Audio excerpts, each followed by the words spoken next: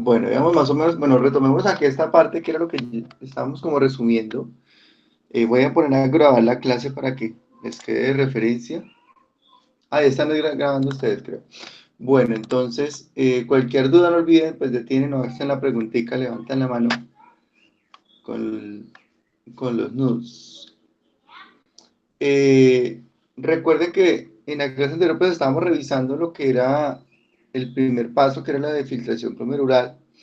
Luego vamos a pasar lo que es la secreción tubular y luego la reabsorción. De lo que estábamos analizando en la clase anterior era la capacidad que tenía el riñón, y particularmente pues la nefrona, por generar un, un primer filtrado, ¿sí? Eh, este filtrado pues comparado en cuanto a volumen es muy voluminoso. Este primer filtrado pues tiene gran cantidad de metabolitos, entre los que se encuentra pues el azúcar, las sales. eh, no es usual que pasen pues proteínas por acá, usualmente por el diámetro del poro, en el cual, sí, esos poritos usualmente pues no están como diseñados para que pasen fácilmente las proteínas. eh, Particularmente pues esto impactaría la naturaleza del filtrado, ¿no? Entonces, acá es importante tener en cuenta a nivel del filtrado como tal, ¿sí? Que pasa por los poritos, eh, que entre más solutos tenga, vamos a ver más adelante, que los solutos que pasan por el filtrado inicial, que se hace en la cápsula de Bowman, va a tener unas repercusiones más adelante. Entonces, este paso es fundamental, es importante en el riñón, en el sentido que va a determinar la función posterior de, de la nefrona, ¿vale? Hay diferentes aspectos que pueden modificar ese tipo de filtrado. Uno muy importante a tener en cuenta es la naturaleza del mismo filtrado, es decir, y adicionalmente pues la naturaleza de la sangre. Estoy hablando, por ejemplo, por la cantidad de solutos que puedan estar presentes. Entonces hay muchísimos solutos. El trabajo más adelante, la reabsorción y todo lo que es el tema de movilización, pues esto va a impactar eh, inclusive metabólicamente. Por otro lado, el paso de proteínas también. Ahí vamos a ver que más adelante cuando tengamos la recaptura o la movilización de componentes moleculares como proteínas en la parte en la parte como colectora, tiene cierta restricción y esto hace que de alguna manera pues no podamos recuperar eficientemente esa proteína, por tanto vamos a encontrar ya proteína en la orina, que es lo que se denomina proteinuria. Esto no es una condición, pues, pues que puede pasar, ¿no? En un contexto determinado puede que no sea grave, pero en un contexto de cronicidad, en un contexto constante, sí repercute en enfermedad renal y puede repercutir obviamente en la homeostasis del paciente. Entonces, es bueno tenerlo en cuenta, ese aspecto. Otro eh, aspecto a tener en cuenta es las presiones que se manejan acá. Si hay una presión muy alta sobre el sistema y sobre el fluido, pues esto va a impactar sobre la capacidad de, digamos, como de los podocitos en controlar el flujo de los fluidos en este espacio, debido a que la presión es una función que va a determinar más adelante la naturaleza del filtrado. Entonces, ese filtrado, pues particularmente es lo que les había dicho a nivel de lo que se estima para el riñón, es alrededor de 160 y 180 litros diarios. ¿Sí? Entonces, eso es lo que el riñón filtra, o sea, este proceso inicial que pasa por la cápsula de Bowman, que hace ese inicial proceso de paso por los poros y fenestraciones de los podocitos es un volumen pues bastante considerable que obviamente no resulta en volumen de orina, ¿no? Nunca orinamos 160 litros de orina. Es imposible que pase eso. Pero representa en cuanto al volumen a la cantidad de proceso que se desarrolla en el día y de trabajo que hace la cápsula en movilizar fluido, ¿vale? Entonces, de este volumen tan grande, pues se va a dar una reducción, porque particularmente de todo ese volumen, el cuerpo y el riñón recupera agua, recupera electrolitos, recupera azúcar, ¿vale? Y inclusive moléculas como el bicarbonato resultan ser bastante útiles y por tanto el cuerpo pues evita que se vayan a excretar o eliminar, a menos de que haya un desbalance de ácido base, que lo vamos a ver un poco más adelante. Entonces, casi el 99% de lo que se filtra se vuelve a recuperar y un porcentaje pues pequeño de este filtrado que ronda entre los 500 mililitros a 2 litros, dependiendo el control y flujo de presión, pues va a terminar en la orina, que es lo que vamos a ver más adelante, ¿vale? Entonces, a este primer filtrado se le llama orina primaria, ¿sí? Es muy similar al plasma, porque pues recuerden que acá, eh, pues el contenido celular, acá no sé si alcancen a ver los eritrocitos, pues ellos nunca van a poder pasar por ese filtrado inicial. Entonces, lo que va a pasar acá es muy similar al plasma, eh, pero usualmente, pues, lo que les estaba diciendo anteriormente, usualmente no tiene proteínas, puede, pues, contener proteínas pequeñas como microglobulinas y lisozima, pero igual esas se recuperan más adelante en los tubos, ¿vale?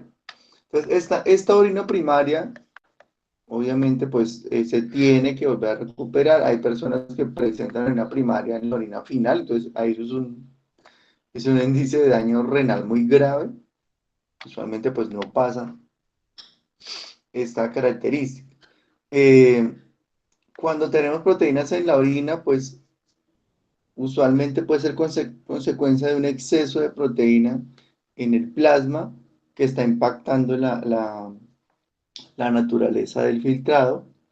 Y por el otro lado, la presencia también de proteínas, es decir, la proteinuria, eh, se puede como entender desde dos puntos de vista. Uno mecánico, en donde cualquier proteína puede pasar, es decir, que puede haber un daño en el glomérulo como estructural, como que de alguna manera no tiene alguna selección en cuanto a las proteínas que están saliendo, porque eso se puede caracterizar después, o sea, qué tipo de proteína es la que están saliendo de allí.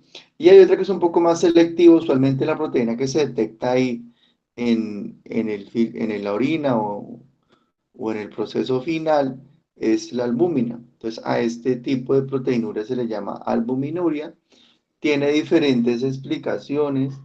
Puede ser por temas de carga de la proteína, pueden ser por temas por daño renal, pueden ser por temas de enfermedades autoinmunes que afectan eh, eh, el funcionamiento del riñón. Hay determinadas enfermedades, por ejemplo, como el lupus, en donde hay una degeneración crónica del riñón y esto pues impacta el funcionamiento del mismo y esto hace que selectivamente proteínas como la albúmina resulten en la orina y esto pues va a traer un degeneramiento pues crónico del paciente. Eh, Hay otra proteinuria que se denomina proteinuria tubular, la presencia de proteínas que normalmente deberían estar filtradas, pero que usualmente no se reabsorben en los túbulos. Quiere decir que puede pasar proteína por el glomérulo. Esa proteína tiene, por ejemplo, lisosima, microglobulinas, alfa y beta. Ellas se reabsorben en el túbulo, pero si tú las encuentras en el filtrado o las encuentras en la orina, significa que hay un proceso eh, que está alterado a nivel de la reabsorción tubular y esto pues es lo que está sucediendo en cuanto al problema, ¿no? Hay otras causas, por ejemplo, de presencia de proteínas, como por ejemplo la hemoglobina o la mioglobina en la orina, que pues requieren un estudio ulterior, ¿vale? Eh, Algunas pues pueden no ser graves, por ejemplo, es común encontrar hemoglobina, por ejemplo, o sangre en la orina, cuando la mujer está, digamos, en tema de su periodo menstrual, pero pues obviamente determinando otras causas que no coincidan con esta característica, pues de alguna manera requieren un estudio y que pueden ser consideradas graves, o sea, no es para nada normal tener sangre en la orina, hay que investigar cuál es la naturaleza y hay que hacer esos estudios pues bastante rápido, ¿vale? Eh, entonces, a partir de acá, era lo que pues tenía que ver con el glomérulo, con esta primera parte. Luego vamos a pasar, que es el orden de las cosas, con lo que tiene que ver con la función tubular, ¿vale? Entonces, esta función tubular lo que usualmente va a realizar, como lo conté anteriormente, es un proceso de reabsorción, es decir, volver a retornar muchos componentes del filtrado al plasma. Y lo segundo, lo que se denomina secreción tubular de componentes que usualmente pues, pueden estar impactando eh, el equilibrio el equilibrio de metabolitos en el cuerpo, ¿vale?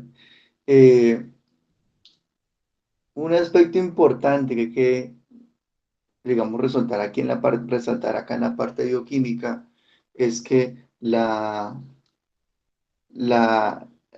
reabsorción, la secreción tubular usualmente son mecanismos que implican una demanda energética alta. Y el riñón tiene una función, digamos, viéndolo en el contexto, pues bastante fundamental en el equilibrio de la homeostasis del cuerpo, ¿vale? Entonces, esto hace que el riñón tenga, vamos a ver un poco más adelante al final del módulo, eh, el riñón tiene una alta diversidad metabólica que le permite adaptarse a múltiples condiciones energéticas para garantizar siempre el suministro de energía, ¿vale?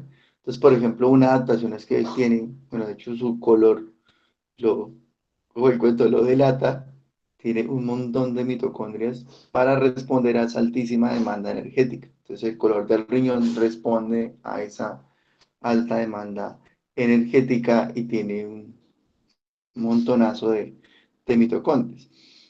Adicionalmente, no solo es el hecho de las mitocondrias, sino de las rutas metabólicas, vamos a verlo también más adelante, eh, que se desarrollan dentro del riñón y que garantizan que el riñón pueda consumir, por ejemplo, aminoácidos, ¿sí? El riñón puede consumir glutamina, puede consumir glucosa, puede consumir grasa, puede, o sea, tiene una altísima variedad de cartas bajo la manga metabólicas que le garantizan, eh, pues, nunca tener detenida su función. Eso es muy bueno que ustedes lo tengan en cuenta y de alguna manera colateralmente también explican la forma y la resistencia que tiene el riñón en, en mostrar daños, ¿vale? Recuerda que yo les dije en la clase anterior que el riñón está cuando está altamente dañado, cuando tiene un daño de más de 65-70%, hasta el 80%, él no empieza a mostrar signos o evidencia clínica, ¿vale? O por ejemplo que la persona empiece a evidenciar síntomas. Solo hasta cuando el daño está muy, muy establecido, el riñón empieza a presentarlo y esto en parte se explica por lo que yo les estoy cantando, porque él tiene muchas maneras de resolver problemas metabólicos, ¿vale? Y por otro lado, hay un aspecto que es un poquito complejo y es que él también se mete en el rol de la regulación hormonal. Entonces, él también puede producirnos hormonas esteroideas, él también nos puede producir eh, hormona como la antidiurética o la hormona, que van a tener un rol importante también en el equilibrio del cuerpo, ¿sí? Por ejemplo, en el caso de la paratormona, por ejemplo, el equilibrio del calcio, que es un ion muy, muy sensible, en las presiones, ¿vale? Y en el equilibrio hídrico que tenga el cuerpo. Bueno, entonces, Para entender esto hay que ir dividiendo, ustedes lo saben, o sea, no podemos verlo de una, todo el proceso de filtración, sino que hay que verlo, el proceso de filtración como por pasos iniciales, o, ¿sí? Como por zonas. Vamos a empezar con la primera zona, que es la parte proximal, luego nos adentraremos hacia lo que es la parte descendente, ascendente y el asa de N. Y luego pues iremos a la parte colectora. Entonces, analizaremos inicialmente la parte proximal, lo que bioquímicamente sucede aquí, luego un proceso bastante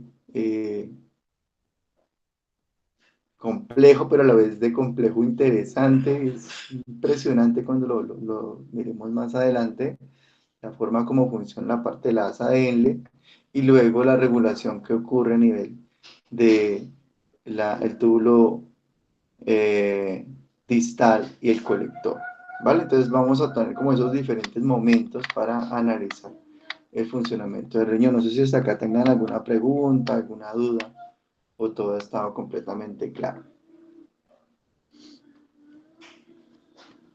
No, profe, todo bien. Bueno, creo que vamos bien. Bueno, entonces, en la parte proximal, pues hay que hablar qué ocurre eh, la gran mayoría de la reabsorción. Entonces, casi el, el 99% de los iones se recupera aquí, iones fundamentales que de no recuperarse, pues afectarían de forma importante el equilibrio del cuerpo. Estoy hablando del sodio, el cloro y el potasio. Hay otros oligoelementos o hay otros iones que pueden estar aquí presentes, pero pues solamente representan, bueno, no digamos trazas, sino unas concentraciones bastante bajas y que aquí no van a ser una naturaleza impactante sobre el funcionamiento del cuerpo, pero que sí es importante recuperarlos y que pues obviamente en este punto se recuperen, ¿sí?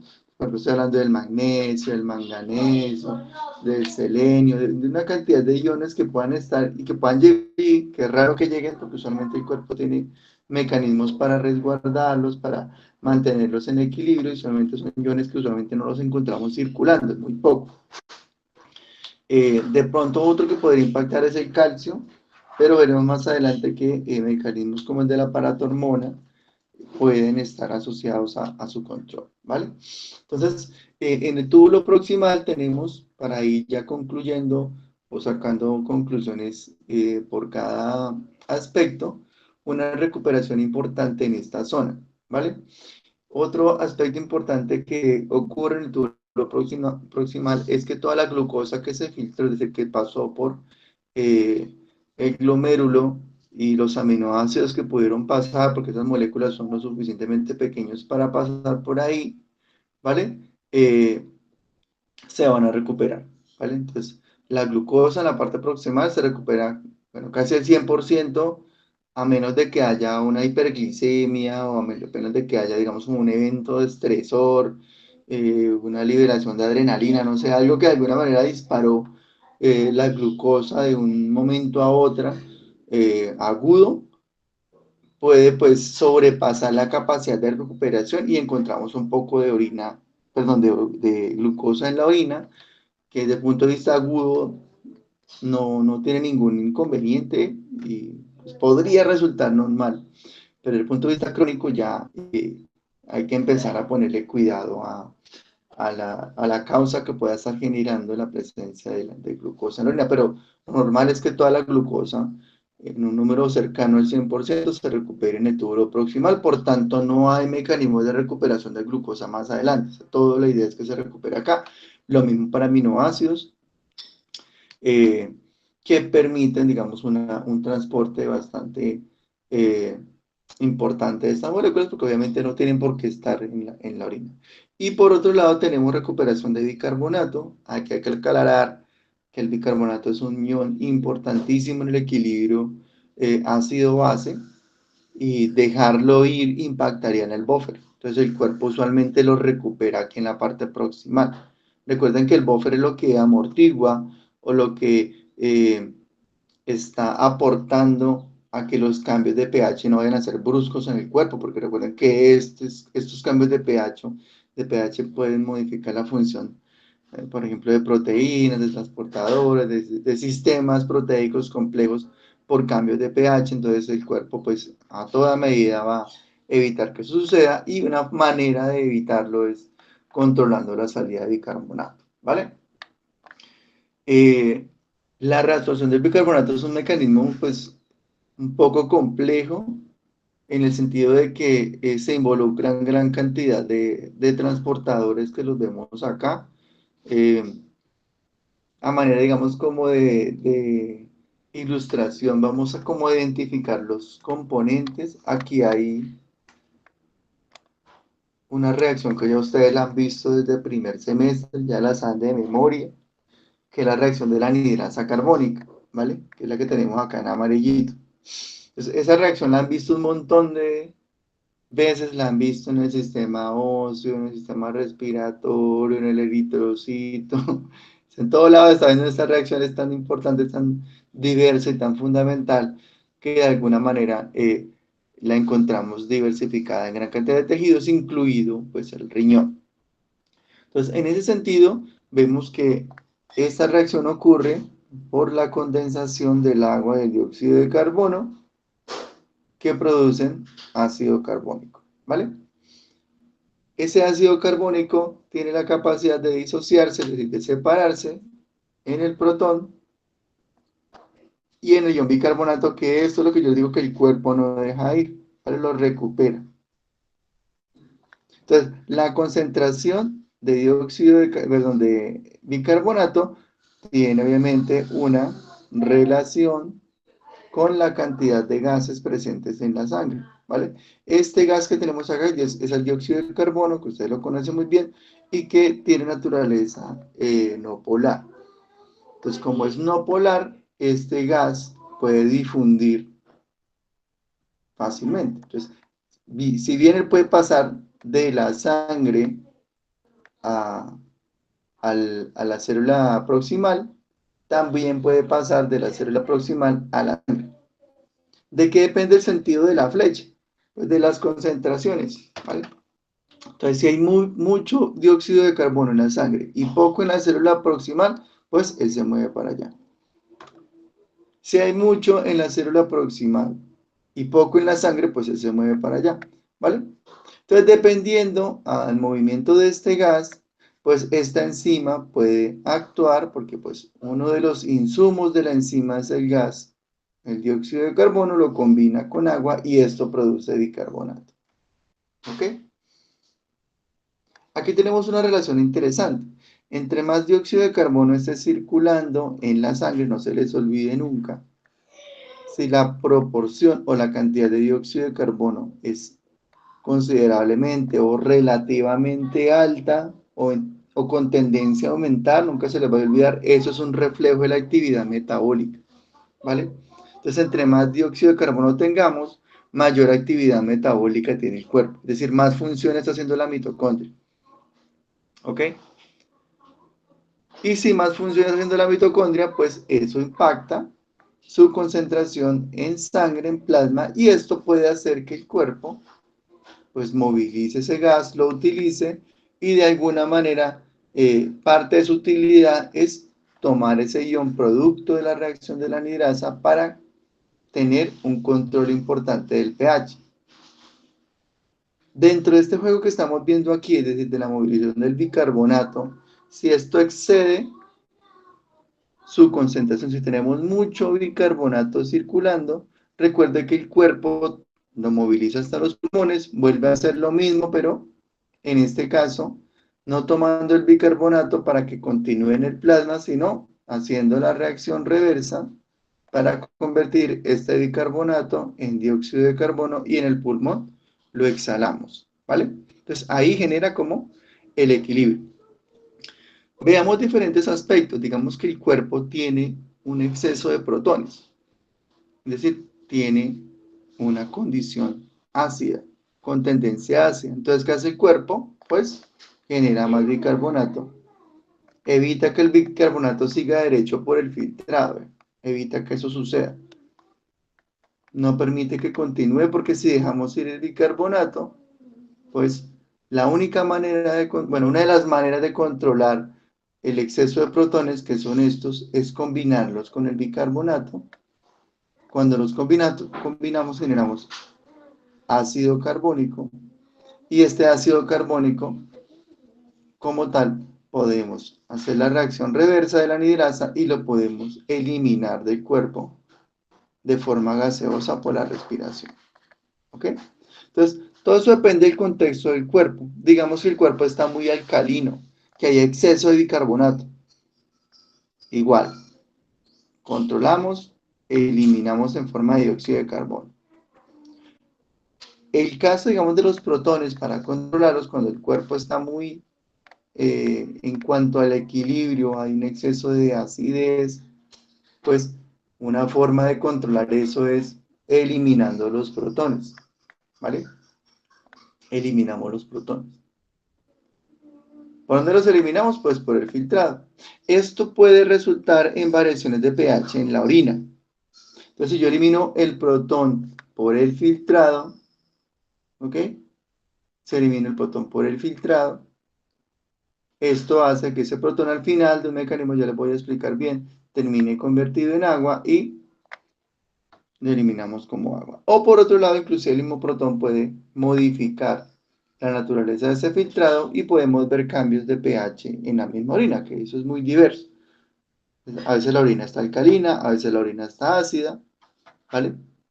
Pero pues de alguna manera esto no es ningún indicio diagnóstico, ni tener la orina ácida o alcalina de momento, de alguna manera de forma aguda puede darnos una información como que muy certera sobre alguna condición del paciente, sino que es más un momento de equilibrio puntual que el cuerpo recurre para controlar el pH en la sangre, ¿de acuerdo? Para comprender un poquito este enredo hay que identificar los componentes del mecanismo. Usualmente está formado, ya solamente hemos hablado de uno que es el de la anidrasa carbónica, pero hay que hablar de otros componentes de la función de regulación del bicarbonato. Uno es la bomba sodio-potasio TPasa, otros son syn-porter y antiporter. Recuerde que el syn-porter mueve iones en la misma dirección y el antiporter entra uno y saca el otro, ¿vale? Esos importers son, por ejemplo, el bicarbonato cloro, el antiporter, perdón, y el symporter de bicarbonato sodio. Otro antiporter importante es el protón sodio, ¿vale? Y de nuevo tenemos la bomba ATPase.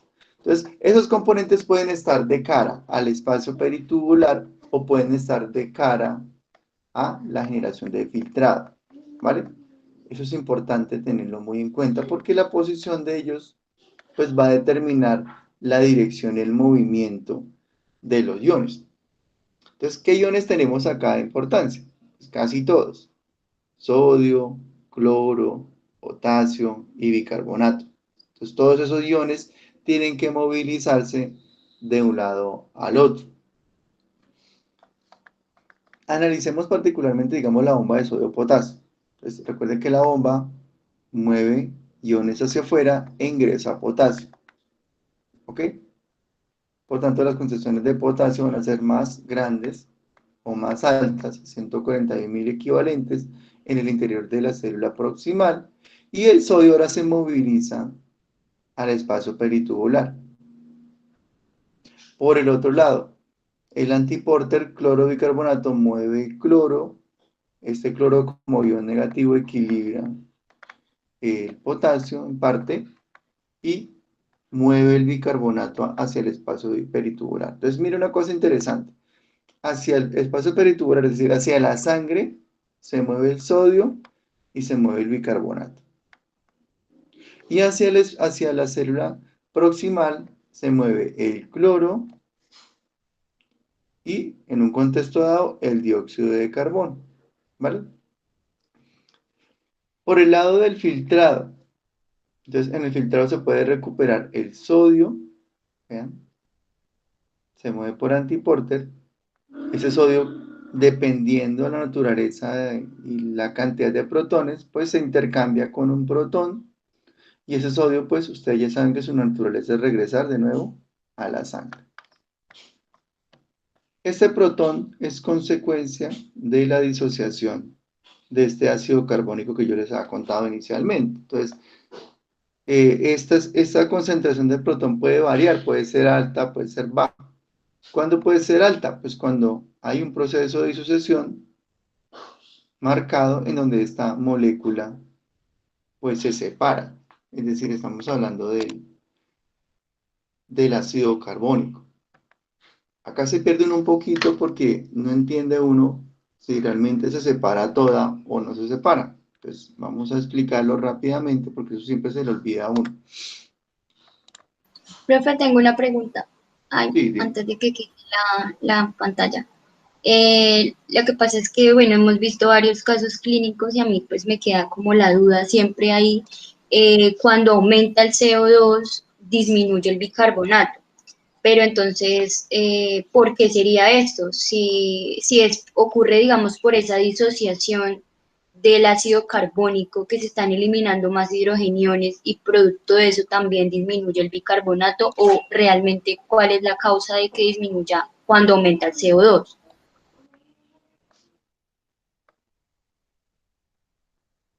pero lo voy a poner. ¿Qué pasa cuando aumenta el CO2? Recuerden que es el resultado de la actividad metabólica.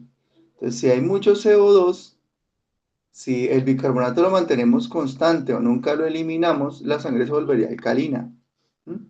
¿Por qué? Porque vamos a hablar de moles, es decir, vamos a hablar de cantidad. Una mol de dióxido de carbono se va a convertir en una mol de, de bicarbonato, ¿sí? Según viendo este flujo de las cosas. ¿Verdad? Dióxido de carbono, él viene de la actividad metabólica, ¿sí? Esta enzima cuando lo detecta pues se activa y produce bicarbonato. Usualmente hay alrededor de entre 15 y 20 veces más bicarbonato en relación a otros iones, porque el exceso de bicarbonato alimenta el buffer, es decir, es el que de alguna manera responde por la capacidad amortiguadora del buffer bicarbonato para evitar que el pH cambie. Pero digamos que el límite, diga por ponerle un número, digamos que el límite de bicarbonato es 20 veces la relación, o por dar un número, yo tengo 20 bicarbonatos.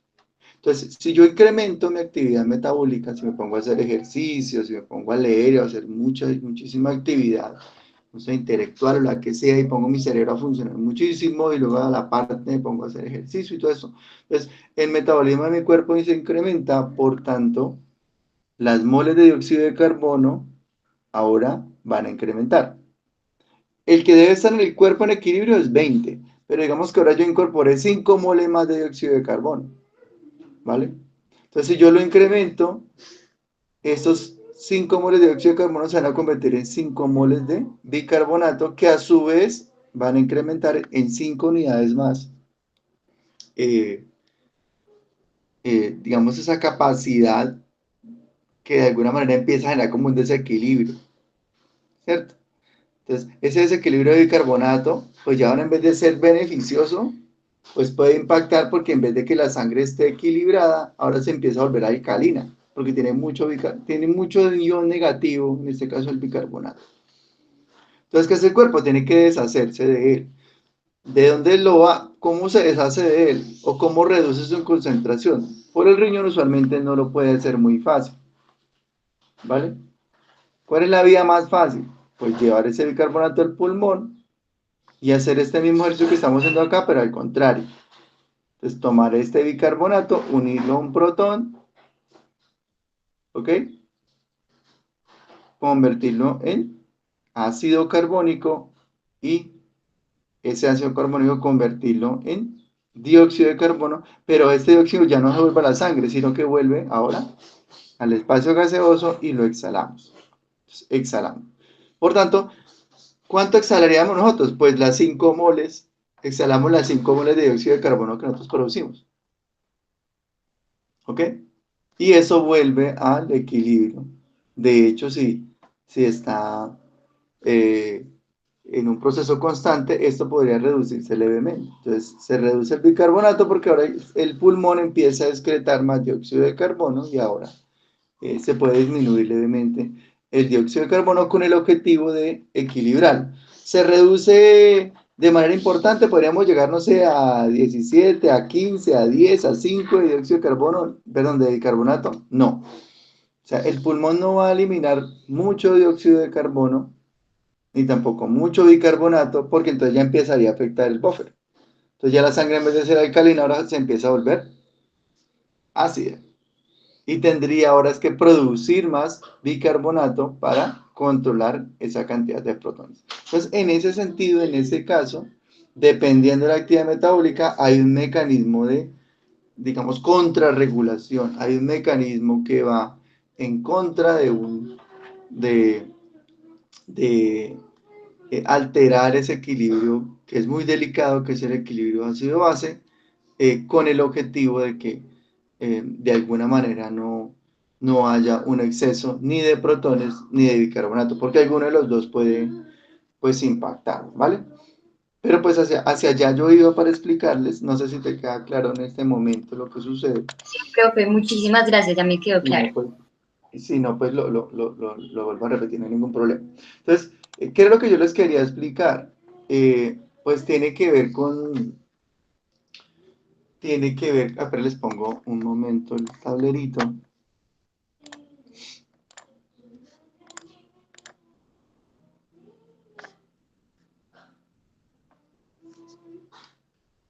Con recordar, que esto lo hemos visto varias veces, sino que yo siempre lo repito porque si no lo tenemos en contexto, pues es un poco difícil comprender el mecanismo ulterior. Entonces recuerden que el ácido carbónico, este señor, él es un ácido débil. ¿Qué significa que es un ácido débil? Que cuando él se separa, ¿sí? Cuando él se disocia, que es la palabra pues técnica en esto, en bicarbonato,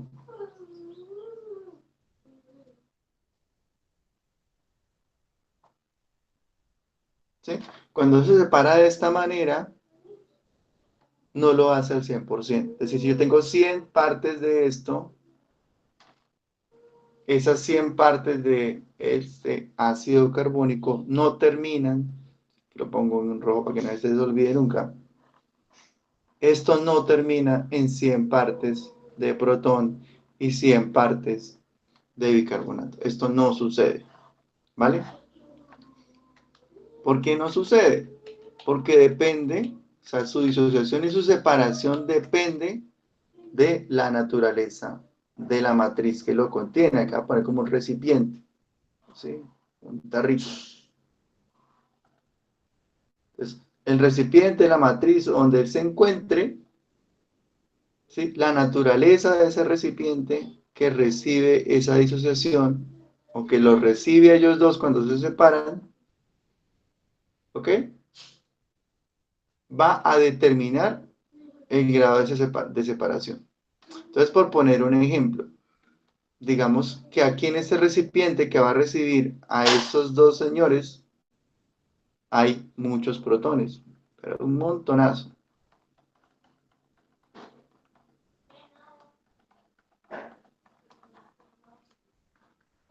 Entonces hay muchos protones. Entonces cuando ya hay muchos protones y este protón quiere entrar acá, no se lo permite. O el equilibrio dificulta la entrada del protón. Entonces, como él no puede entrar, entonces esta reacción de separación no sucede tan fácil. Entonces ya no sucede al 100%, digamos que sucede al 10%. ¿Ven? Es decir, que la separación o la disociación está determinada por la naturaleza de la matriz, o digamos que está en la sangre. Si la sangre está muy ácida, entonces la sangre no va a permitir que llegue otro ácido adicional, por tanto, la capacidad de disociación disminuye. Caso contrario, entonces tenemos poquitos protones, ¿ven? Entonces ya no hay un montón, hay uno o dos. Entonces hay poquitos protones, por tanto, ahora sí podemos recibir, ahora sí llegue acá, ahora sí te podemos recibir, y esta reacción ocurre un poco más fácil. Entonces ya no ocurre al 10%, sino que ocurre al 25%. Entonces, aumenta un poquito más. ¿Sí?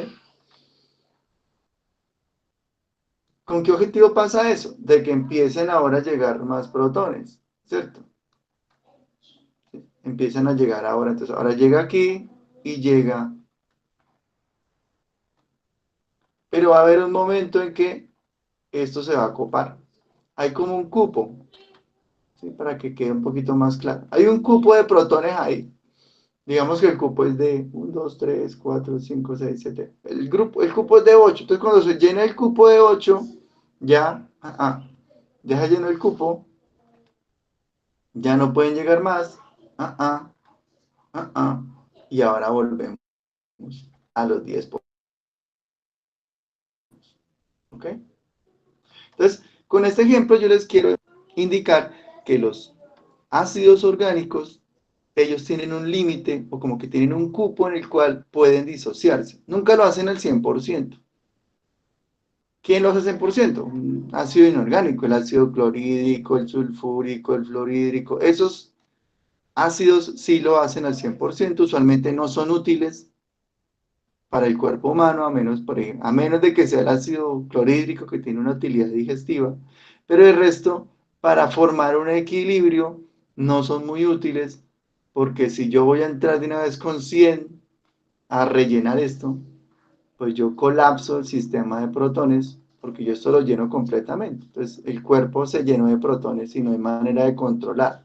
Entonces, la ventaja de este control es que le permite al cuerpo y a la sangre pues controlar la cantidad de protones presentes y tener como un intervalo funcional de control ácido-base gracias a este sistema que estamos viendo acá, ¿vale? Y así es como funciona. ¿Por qué vuelvo a repetir eso si yo se los he dicho varias veces desde el primer semestre? Pues porque particularmente eso va a determinar el movimiento de este ácido carbónico, el que se produce acá. Entonces, yo puedo movilizar el dióxido de carbono, ¿sí? Yo lo puedo juntar con agua, yo puedo formar el ácido carbónico, pero este ácido carbónico no me modifica el pH. Quien me modifica el pH es este señor de acá, ¿cierto? Pero él va a estar presente dependiendo de los cupos o de la cantidad de protones que hay acá en la célula proximal o que hay aquí en el filtrado. Entonces, si hay poquitos protones, ya a ustedes les queda claro. Si hay muy poquitos, entonces la reacción sí sucede. Si hay muchos protones, pues esta reacción no pasa o se disminuye la proporción en la cual sucede y esto pues va a impactar en todo el resto de componentes del sistema. Entonces, ¿quién lo determina en últimas? Pues la naturaleza del sistema y la cantidad de protones. Si hay muchos protones, esto se reduce. Si hay pocos protones, pues esto se promueve. ¿Qué se promueve? Pues la movilización de los protones, del sodio, del bicarbonato, todo eso como que se activaría dependiendo de la naturaleza ácido-base.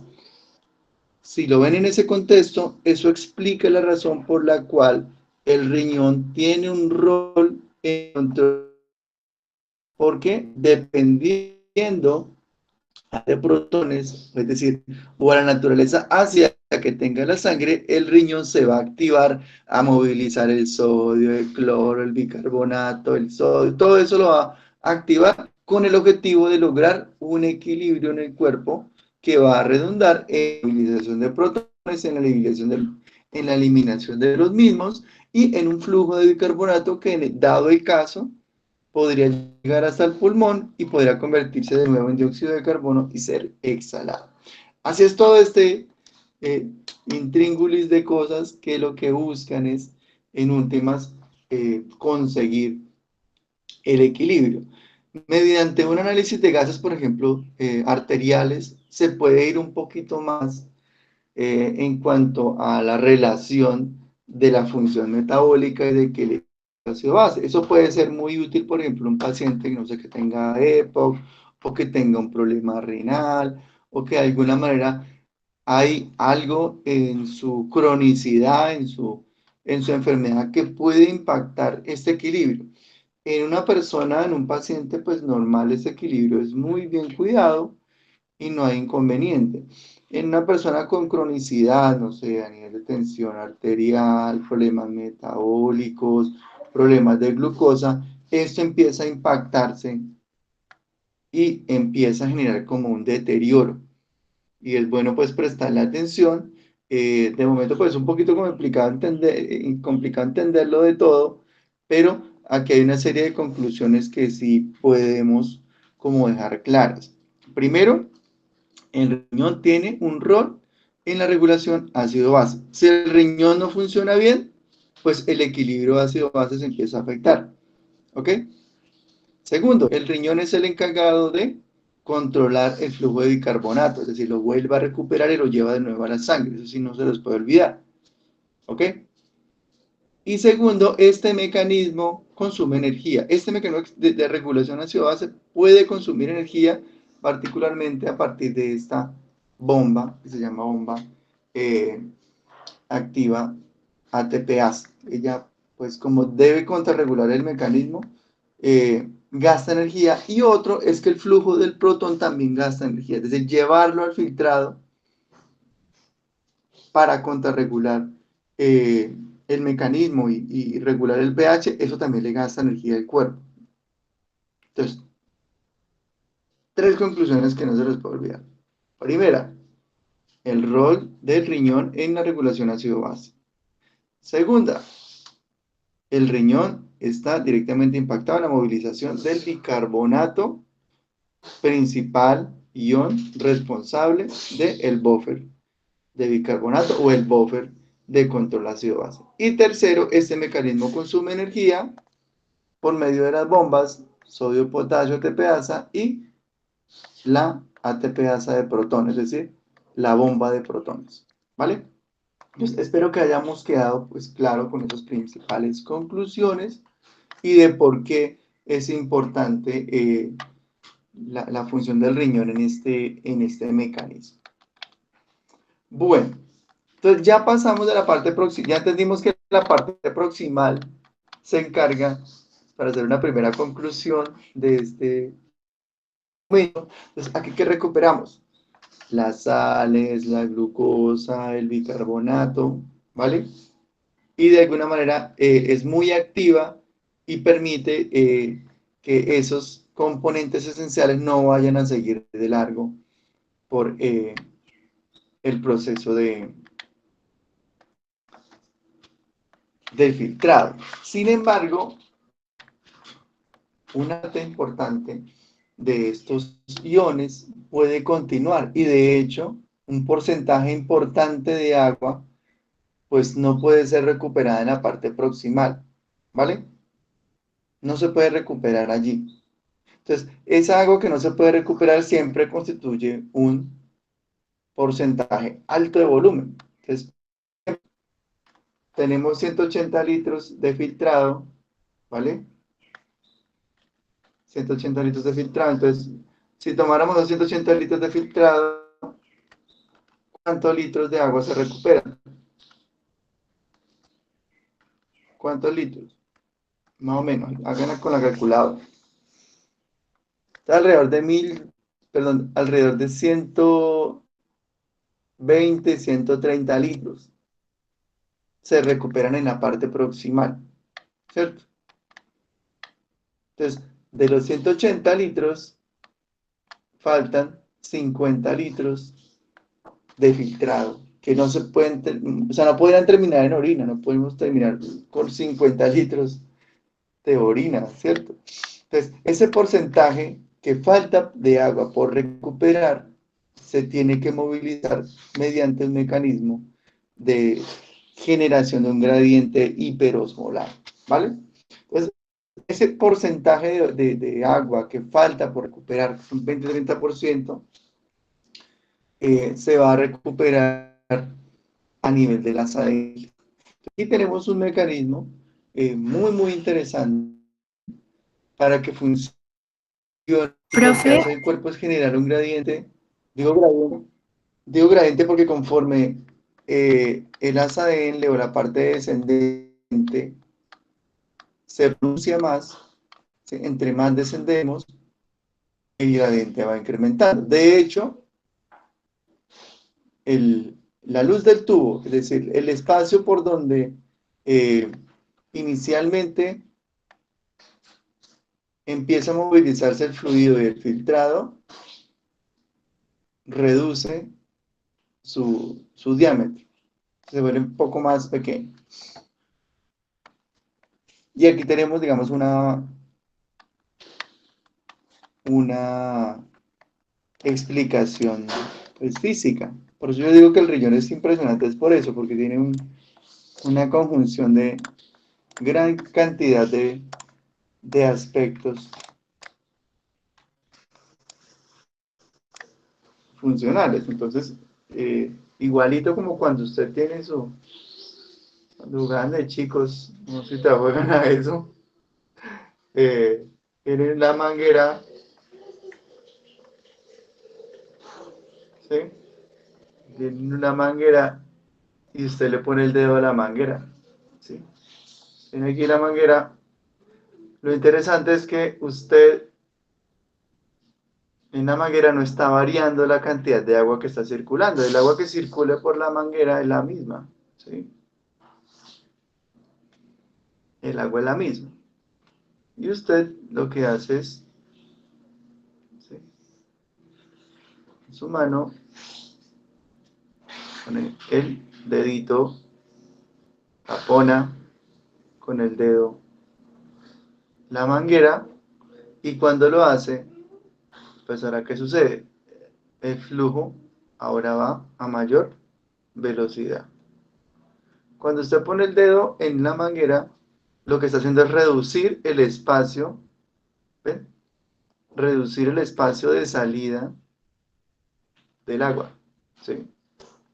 Entonces, estaríamos haciendo más o menos algo como esto. Reducimos el espacio por el cual está circulando el agua. Entonces, esa reducción de espacio,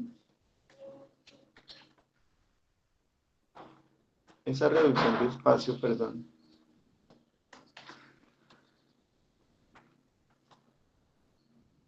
ahora sí.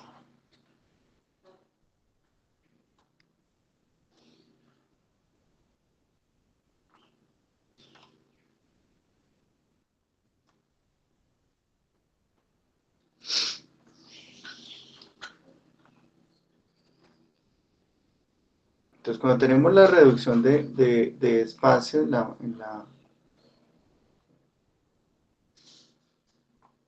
la manguera,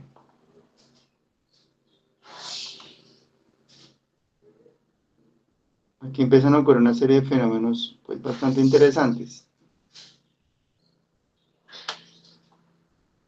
Aquí hay un efecto que se llama efecto Venturi, pero de momento eso no nos interesa. Y hay otro efecto que es el de la presión. Aquí tenemos una presión del fluido por el tubito, ¿sí?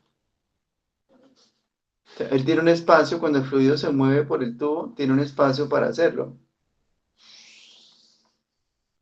Pero cuando tú le reduces el diámetro, ahora la presión que se ejerce sobre este espacio tiende a incrementarse, ¿vale? Entonces, incrementamos la fuerza o la presión que se hace sobre las paredes y esto pues trae como consecuencia un incremento en la salida, que es lo que usted observa cuando le pone el dedo a la manguera.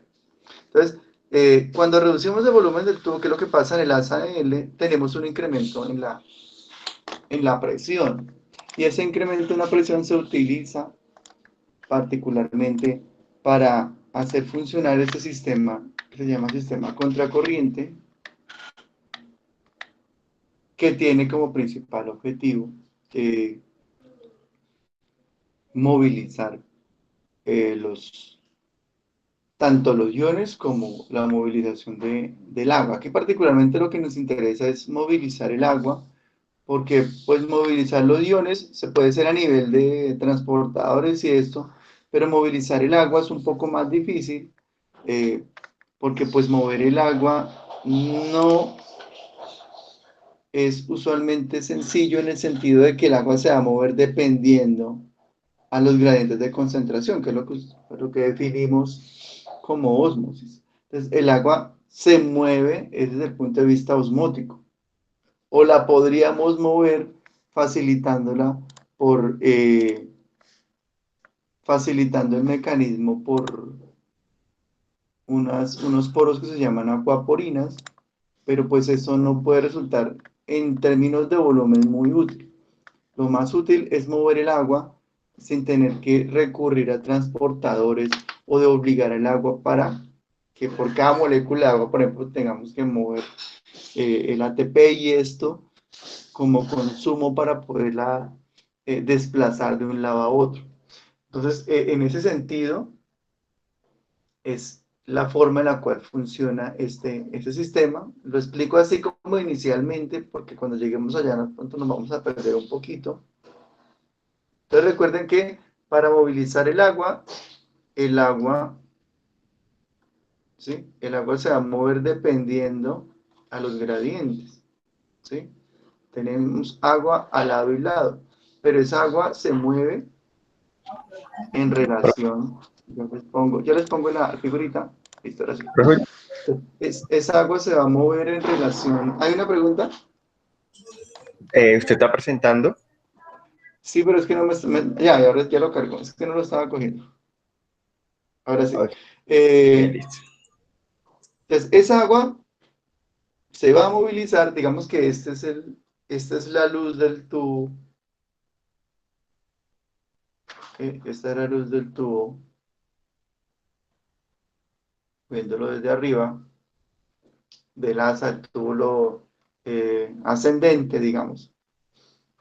Entonces, el agua se va a mover dependiendo a los iones o dependiendo de la cantidad de solutos que haya. ¿Okay? Entonces, si adentro hay muchos solutos y afuera hay pocos, pues el agua se mueve para ¿dónde? ¿Dónde se mueve el agua? Ya sabemos que en este contexto, creo que el agua se ¿Para mueve dónde hay más?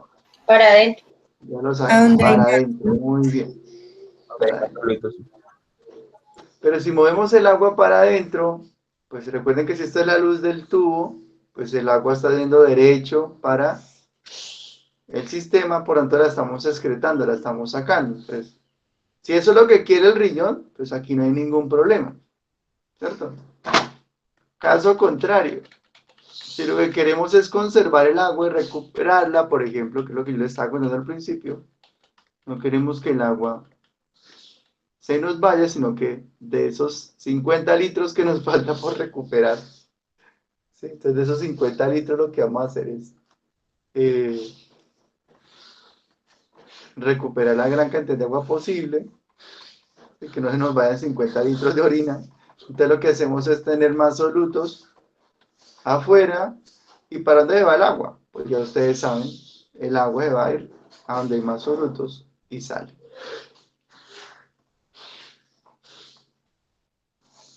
Entonces, ¿el agua sale e inunda todo esto? No, porque aquí vamos a tener, ¿qué? Otros túbulos listos que llamamos a esto la base recta, ¿cierto? Un aparato vascular aquí listico en recibir el agua, ¿vale? Entonces, ¿qué vamos a ver en el contexto? Vamos a ver, en este mecanismo, más adelante, vamos a ponerlo acá, rojo, entonces vamos a tener lo siguiente, miren, póngale cuidado tan interesante. Aquí tenemos un vaso sanguíneo, sangre, la base recta, y aquí tenemos el túbulo. Aquí ese es el túbulo, y ese es el vaso, ¿sí? Una anterior a la base recta. Ese es el vaso sanguíneo. Entonces, este vaso, ¿qué hace? Entonces, tendría que recuperar el agua, por tanto el agua ¿dónde tiene que moverse? Tiene que moverse del túbulo hacia acá. Pero miren lo interesante, el agua no va a entrar al vaso a menos de que el vaso tenga ¿qué? Muchos solutos o pocos solutos. Muchos solutos. El vaso tiene que tener, muy bien, tiene que tener muchos solutos. Afuera tiene que haber muchos solutos. Si hay muchos solutos, pues esto llama el agua y el agua pasa del espacio intersticial y pasa luego al vaso. ¿Ven? Y ahora el agua, ¿a dónde se mueve? Pues al torrente sanguíneo y se recupera. Entonces ya estamos recuperando 20, 30, 40 litros de fluido y de agua en ese sistema. ¿Vale? ¿Cuál es el inconveniente que estamos viendo acá? Pues que esta cantidad de solutos puede constituir un problema. Entonces, ¿cómo hacemos para condensarlos ahí? ¿Cómo hacemos para tenerlos todos en ese momento listicos para movilizar el agua? Entonces, eso realmente representa un desafío importante que el riñón lo resuelve de una manera muy elegante. Entonces, ya más o menos tenemos claro qué es lo que va a ocurrir, ¿vale? Aquí lo tenemos del punto de vista separado. Entonces, aquí ya no lo vemos de arriba, sino que estamos viendo de lado. Esta es la dirección del filtrado, ¿ok? Y esta es la dirección del flujo de sangre. En conjunción es esto, así es. Fisiológicamente, pues es así, ya ustedes saben que aquí tenemos, perdón, creo que no se muestra bien. No. Bueno, aquí por temas de simplicidad, pues no muestra la base recta que está acompañando a todo el recorrido del túbulo, pero pues la idea es que ya les muestro acá.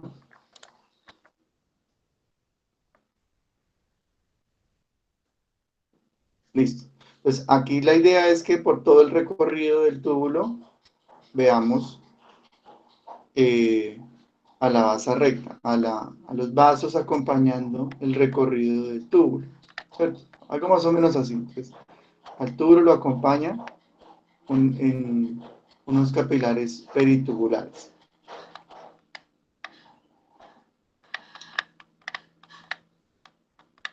Es decir, esto, separado y junto. Pues ese sistema se llama sistema de multiplicación contracorriente. Y lo que busca es recuperar los iones y recuperar el agua, particularmente recuperar el agua. Pero adicionalmente es importante recuperar los iones porque tampoco es dejar ir el resto de los iones. Un porcentaje alto de ellos se recupera una parte proximal, pero hay otro porcentaje que pues no podemos dejar ir porque cada ion tiene una función en el cuerpo humano. Entonces, en este caso, vamos a ver que en cuanto a la dirección del filtrado, estamos en ese sentido, conforme descendemos, el agua se va movilizando desde el filtrado hacia la base recta. ¿Quién hace eso? Pues la base recta, ya lo vimos en la figura anterior, en el tablerito que les estaba mostrando, absorbe el agua, porque en la base recta hay un incremento en las sales. Entonces, entre más sales tenga esta base recta, pues más atrae el agua, y el agua pasa del filtrado a la sangre, ¿vale? Cuando sacamos el agua, ¿qué nos quedan? Pues las sales, es decir, el sodio, el potasio, el cloro, empiezan a concentrarse. Adicionalmente, ese espacio se vuelve más delgadito, hay un incremento en la presión y ese incremento en la presión vuelve muy eficiente la eliminación de agua y adicionalmente, como hay poca agua y muchos solutos, esta región se vuelve hiperosmolar. Es decir, hay un montón, muchísimos solutos, ¿vale? Hay muchos solutos. Pero esos solutos no se van a quedar ahí estáticos. Esos solutos se tienen que movilizar. Entonces pasan ahora desde el filtrado hacia la base recta. ¿Quiénes pasan? Sodio, potasio, cloro. Desde el punto de vista ascendente, empiezan a pasar desde el túbulo ascendente hacia la base recta. Conforme pasan a la base recta, pues la base recta se empieza a volver más concentrada, y entre más concentrada, pues más capacidad de absorber el agua tiene, y esa capacidad de absorber el agua es la que se conjura con esta parte. Así nos entiende muy bien. Ahora sí lo entendemos muy bien. Entonces, vean, en la parte descendente, el agua pasa del túbulo descendente hacia la base recta, y la base recta se lleva el agua. Cuando se lleva el agua, ahora mi filtrado se vuelve muy concentrado, se vuelve hiperosmolar. Esos valores son valores de osmolaridad: 300 miliosmoles, 600 miliosmoles, 900 miliosmoles, 1200 miliosmoles, una osmolaridad impresionante. Ahora, estos solutos que están acá súper concentrados, ahora pasan a la base recta. ¿Sí ven? Entonces, la base recta ahora se empieza a volver también hiperosmolar. 300, conforme van pasando los iones a la sangre se vuelve más hiperosmolar, vean. 300, 600, aquí lo hemos visto, vean. 300, 600, 900. Entonces, ahora la base recta se vuelve hiperosmolar, recibe los iones, y al volverse hiperosmolar, que era lo que yo les había contado en la figurita, ahora el agua pasa de la parte descendente a la base recta y se lleva el agua. ¿Ven? Entonces, ese es el mecanismo por el cual funciona el sistema contracorriente, y tiene como objetivo recuperar los iones y recuperar el agua. Hace las dos cosas a la vez. ¿De acuerdo? Profe, Sí, acá hay una pregunta. profe, no, es pues, no preguntar, lo que pasa es que no entendí porque es que pues empezó a decir base recta y lo confundí con el asa, entonces no sé de dónde va a dónde. Ah, ok. Entonces no voy a decir base recta, sino que voy a decir bueno, la sangre. Entonces, Sí, el agua tiene mejor. que pasa de el filtrado a la sangre. Para que el agua pase del filtrado a la sangre, tiene que haber una fuerza que llame al agua. ¿Cuál es esa fuerza que lo llama? Pues la cantidad de iones que están aquí. ¿De dónde vienen esos iones? Pues pasan de el asa de L, del filtrado. ¿Por qué pasan aquí? Porque en esta parte de la sangre, cuando yo digo 300 miliosmoles, pues hay poca concentración de iones. ¿Y los iones de dónde se van a mover? De donde hay muchos a donde hay pocos. Entonces, conforme descendemos, la sangre va incrementando la concentración de iones. 300, acá hay 600, acá hay 900 miliosmoles, acá hay 1200 miliosmoles en la sangre, y esa concentración tan alta de iones era lo que yo les estaba contando acá. ¿Ven?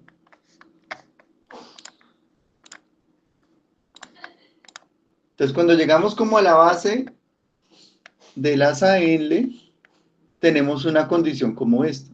¿Ven? Muchos iones, ¿a dónde? En la sangre, y esos iones atraen al agua. Y esa fuerza de atracción pues moviliza el agua. Y ahora el agua, ¿a dónde pasa? A la sangre, ¿cierto? Y esto pues, es arrastrado, se lo lleva. Esa agua es arrastrada y es llevada de vuelta a la sangre, ¿cierto? ¿Ven? Entonces, de manera es cuando estamos recuperando 30, 40, 50 litros de agua, que eran los que estaban faltando, que estaban en el filtrado. ¿Ok? El restante de agua por recuperar se recupera de esta manera. Los iones tampoco los podemos dejar ir. ¿Ve? Yo no los puedo dejar ir porque si los dejo ir derecho, entonces ahora van a terminar en el colector y van a terminar en la orina, ¿vale? Entonces, para evitar que se vaya, aquí hay un mecanismo fundamental, una serie de transportadores que ya lo vamos a ver más adelante, transportadores bien especializados que movilizan o que dejan pasar los iones para que pasen a la sangre. Entonces los iones pasan, ¿de dónde? Del túbulo ascendente a la sangre. Conforme la sangre recibe iones, ¿cómo se vuelve? Hiperosmolar. Y se vuelve hiperosmolar, pues tiene mayor capacidad de tomar el agua, absorber el agua y arrastrarla. ¿Ve? Y esto ocurre de forma cíclica. Tomamos iones, solución hiperosmolar en la sangre, es decir, la sangre se vuelve muy, muy salada, por decirlo así, para que nos quede claro a todos, aquí la sangre se vuelve salada, esa sangre salada con muchas sales, ahora tiene mayor capacidad de llamar el agua, llama el agua, arrastra el agua y recupera ¿qué? Sales y recupera el agua. ¿Hasta ahí estamos bien? Profe, eso último que recupera sales y agua es el sistema contracorriente, ¿sí? Exactamente. ¿Por qué se llama sistema contracorriente? Porque el filtrado va en dirección descendente y la sangre o la vasa recta va en dirección ascendente. Vean, ¿sí ven? Si las dos fueran en el mismo sentido, ese sistema no funciona. Porque entonces, si la flecha es descendente y descendente, ¿ahora qué sucede? Pues no coincidiría la concentración y la cantidad de agua y por tanto el sistema no funcionaría, ¿vale? Entonces, en ese sentido, el ajuste fisiológico hace que tengamos la capacidad de llevarnos el agua y también tenemos la capacidad de recuperar los iones que hacen falta para, en ese sentido, complementar los dos aspectos que nosotros queremos movilizar. Los iones y, en este caso, el agua. Es por eso se llama sistema de multiplicación contracorriente. ¿Hasta aquí estamos bien? Sí, ¿Alguna profe. pregunta? Yo les recomiendo que después se detengan un poquito, revisen sobre todo lo que son los temas de osmolaridad, sí, el incremento en la osmolaridad, tanto en el filtrado como en la sangre, en la masa recta, para que ustedes complementen, porque inicialmente pues eso es un poquito complejo de comprender. ¿Por qué les digo que lo hagan con detenimiento? Porque usualmente aquí hay un sistema de regulación y de control, particularmente en la zona del túbulo colector. ¿Qué pasa? Que todavía hay capacidad de generar otro gradiente hiperosmolar que va a permitir movilizar inclusive más iones y transportarlos a la sangre, a la vasa recta. ¿Dónde ocurre esto? En el túbulo colector. Entonces, el túbulo colector se vuelve también hiperosmolar y favorece el transporte de sodio y de cloro igual a la sangre. Entonces, acá hay una cosa interesante. La sangre, en este caso la vasa recta, él tiene aportes tanto del túbulo distal como del túbulo colector. Es decir, que a él lo alimentan de iones el túbulo distal y el túbulo colector. Se le descargan, le entregan iones a él, por tanto, él se vuelve hiperosmolar un poco más fácil. Conforme desciende, conforme se desciende, ahora tenemos conforme descendemos en el flujo, recibe mayor aporte de iones, al recibir más iones, pues se vuelve hiperosmolar y su capacidad de arrastre de agua se potencia, por eso se llama multiplicación, se potencia la capacidad de arrastre y se lleva el agua. Hasta aquí, pues, de alguna manera podemos ir entendiendo el mecanismo de movilización de iones y de movilización de agua para complementar esa parte de elementos que deben regresar a la sangre y que no pueden ser eliminados. Acá hay una cosa interesante, miren. Si yo modifico el ion o uno de estos iones para que se controle en la llegada a la base recta, o en este caso a la sangre, yo puedo controlar la cantidad de agua que puede eliminarse. Entonces, mire, póngale cuidado. Si yo en lugar de recuperar, vamos a tomar el que es el eje de la historia, que es el sodio. Si yo dejo que el sodio siga de largo, es decir, si yo no recupero el sodio, sino que acá, en este sentido, digamos que yo el sodio no lo voy a recuperar. Voy a tomar esto para que lo podamos rayar. Un momento. Deme un momentito.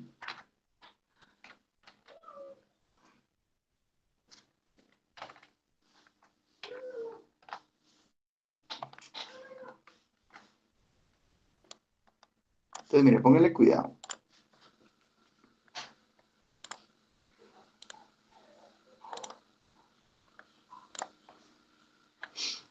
Entonces, vamos a hacer un pequeño jueguillo aquí.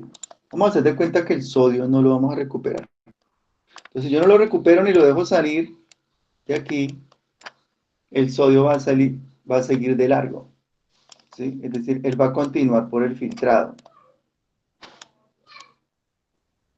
¿Qué pasa si yo no dejo ir el sodio y lo pongo para que siga de largo por el filtrado? Pues este sodio no va a llegar a la base recta, es decir, a la sangre.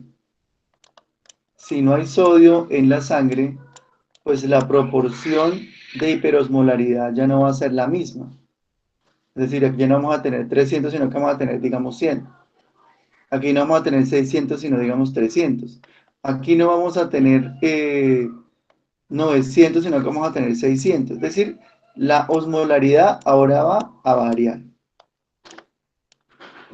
Entonces, cuando aquí deberíamos tener 1200 para movilizar 50 litros de agua, ahora tenemos 900 y ahora no movilizamos 50 litros, sino que movilizamos menos agua. Sí, digamos que movilizamos 40 litros. ¿Ok? Resultado de que yo no recupere el sodio es que recupero menos agua. Una disminución en el agua que yo recupero. ¿Vale? Entonces, si hay agua que yo recupero en menor cantidad, significa que es agua que va a continuar por el filtrado. ¿Ven? A este efecto se le llama efecto diurético, porque yo estoy incrementando la cantidad de agua de fluido que va a continuar por, ¿dónde? Por el filtrado. El cuerpo lo hace fisiológicamente, es decir, el cuerpo decide si recupera más o menos sodio, y si recupera más sodio, pues recupera más agua. Si deja ir por el filtrado más sodio, pues deja ir más el agua. ¿Ven? Y eso pues modifica la cantidad de filtrado, en este caso de orina, que puede producir. Fisiológicamente lo hace el cuerpo, por ejemplo con la aldosterona, la antidiurética. Ya los vamos a explicar más en la próxima clase. Y la otra puede ser desde el punto de vista farmacológico. Entonces yo puedo darle un fármaco a un paciente para que controle este mecanismo, ¿sí? Para que él deje ir el sodio. Y si yo dejo ir el sodio, como están aquí en las flechitas negras, entonces el sodio se va con el agua. Una manera como fácil de recordarlo es que el sodio se lleva al agua. Entonces yo dejo ir el sodio y junto con el sodio pues también se va el agua, el fluido. Y esto incrementa la diuresis y yo puedo estimular en un paciente que pues tenga mayor diuresis como consecuencia de un bloqueo o de una regulación de la recaptura de sodio. ¿Vale? ¿Sobre eso tienen preguntas?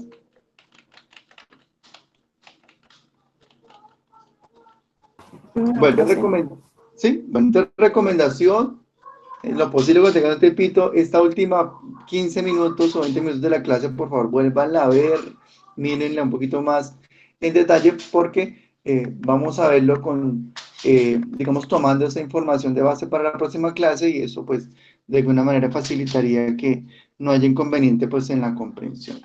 ¿De acuerdo? Muchachos, entonces, si no es más, les quiero agradecer por la presencia en la clase, su tiempo y cualquier duda, cualquier inconveniente, quedo muy atento a escucharlos. ¿Vale? Gracias, profe. Gracias, Espero que profe. estén muy bien. Gracias, profe. Excelente resto de día y hasta la Vale, próxima profe. semana. Un abrazo. Chao, chao. Chao.